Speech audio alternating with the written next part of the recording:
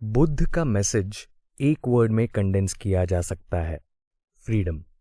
लेकिन ये ordinary freedom नहीं है जिसके बारे में पॉलिटिशियंस और प्रीस्ट्स बात करते हैं। सोशल और पॉलिटिकल फ्रीडम कहती है आप तब तक फ्री हैं जब तक आप सोसाइटी के हिसाब से सोचते हैं, कपड़े पहनते हैं, कमाते हैं, बोलते हैं। आप फ्री हैं जब तक, और कंडीशंस इतनी सारी हैं कि फ्रीडम सिर्फ एक धोखा बन जाती है। वेलकम टू द सीखो ऑफिशियल शो ओशो लाइफ मंत्र। आज हम जानेंगे ओशो के एक famous lecture the message of Buddha के बारे में। ओशो कहते हैं कि मन को प्रोग्राम किया गया है, हमें ब्लूप्रिंट्स दिए गए हैं कि क्या बनना है, कैसे बनना है, क्या एक्सेप्टेबल है और क्या नहीं। और ये प्रोग्रामिंग इतनी डीप है कि हम इसके बारे में अनकॉन्शियस हो गए हैं।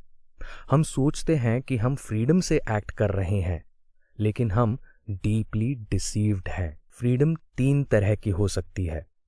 पहली है फ्रीडम फ्रॉम, किसी चीज से आजादी।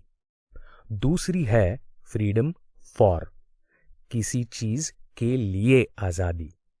और तीसरी है सिर्फ फ्रीडम, ना किसी से ना किसी के लिए, सिर्फ प्योर फ्रीडम। बुद्ध की बात तीसरी फ्रीडम की है, absolute freedom, unconditional freedom. Osho explain करते हैं कि इंसान की 3 लेयर्स होती हैं।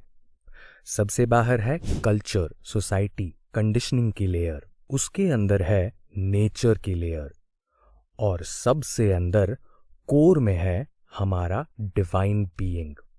सोसाइटी हमें कंट्रोल करती है इस आउटर लेयर के थ्रू। जब भी हम किसी प्रिजन से एस्केप करते हैं, हम दूसरे प्रिजन में एंटर कर जाते हैं, क्योंकि पूरी अर्थ एक प्रिजन बन गई है।